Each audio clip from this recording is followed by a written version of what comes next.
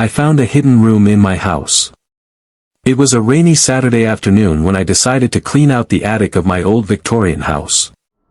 My parents had inherited the place from my grandmother, who had lived there alone for as long as I could remember. It was a sprawling structure, full of creaking floorboards and dusty corners, with a charm that only old houses possess.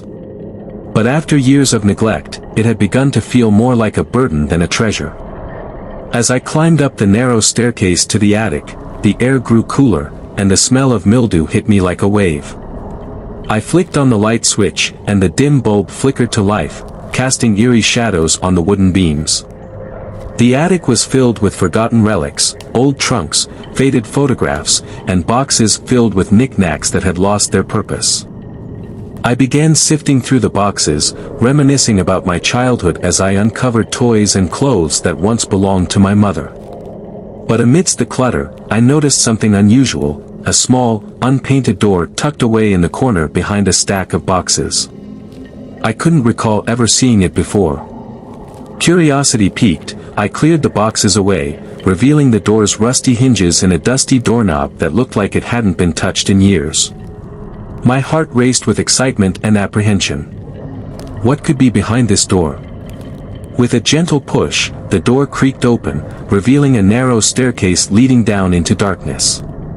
I hesitated for a moment, glancing back at the familiar chaos of the attic, but the allure of the unknown beckoned me forward.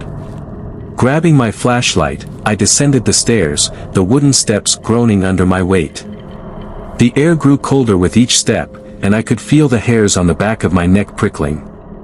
The light from my flashlight flickered, illuminating the walls, which were damp and covered in strange markings that resembled symbols or writing.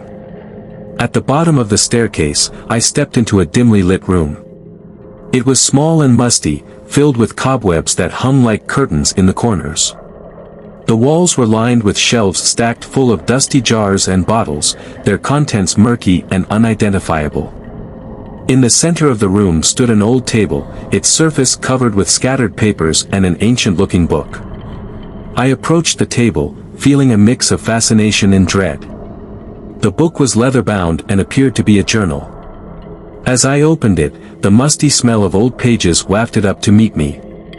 The handwriting was shaky and erratic, but I could make out entries that spoke of rituals, sacrifices, and dark powers. "Do not awaken what lies beneath," one entry warned, sending chills down my spine.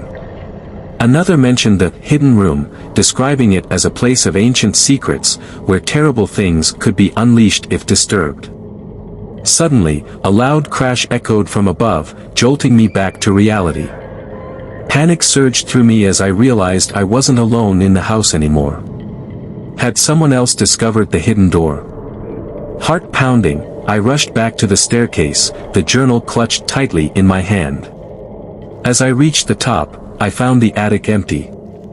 I called out, but the only response was the sound of rain tapping against the roof. The unease that had settled in my stomach was now a knot of fear. I took a deep breath, trying to calm myself, when I heard it again, a faint whisper coming from the direction of the hidden door. "Help me."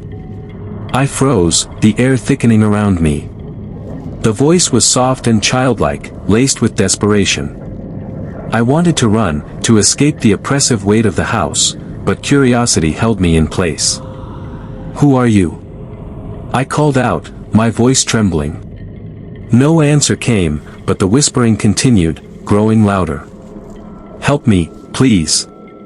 Without thinking, I stepped back toward the hidden door, my mind racing with thoughts of the journal and the warnings it contained. What had I awakened? As I approached the door, I felt an icy draft rush past me, and the whispers turned to frantic cries, echoing off the walls of the attic. "Help me! Let me out!" With every ounce of courage I could muster, I opened the door once more. The room below was shrouded in darkness, and the air felt heavy with dread. The whispers transformed into anguished cries, swirling around me like a tempest. "What do you want?" I shouted, feeling foolish yet terrified. The cries abruptly stopped, leaving an unsettling silence in their wake. For a moment, I thought I could see a figure moving in the shadows, a small silhouette flickering like a candle flame. "Help me," the voice pleaded again, more insistent this time. I took a step back, my instincts screaming for me to turn and run, but a strange pull urged me to stay. What if this was a lost soul, trapped and in need of help? What if it was something else entirely, something malevolent? The air grew colder, and the shadows seemed to deepen, enveloping me in their dark embrace. Suddenly, I felt a surge of energy, a force pulling me forward as if the hidden room itself was alive, demanding I enter. "No!" I cried, backing away, but the whispers had morphed into angry shouts, filling my ears with a cacophony of despair. "Let me out!" With every ounce of strength, I slammed the door shut and locked it tight, my heart racing.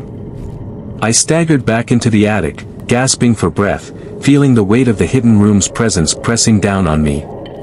In that moment, I knew I had stumbled upon something far beyond my understanding. Whatever lay within that hidden room was not meant to be disturbed. I could feel its anger, its desperation, and I realized that some secrets are better left buried. As I gathered my things and retreated to the safety of the living room, I couldn't shake the feeling that the whispers would linger long after I had closed the door. The hidden room was a gateway to something ancient and dark, and I had no intention of awakening what lay beneath.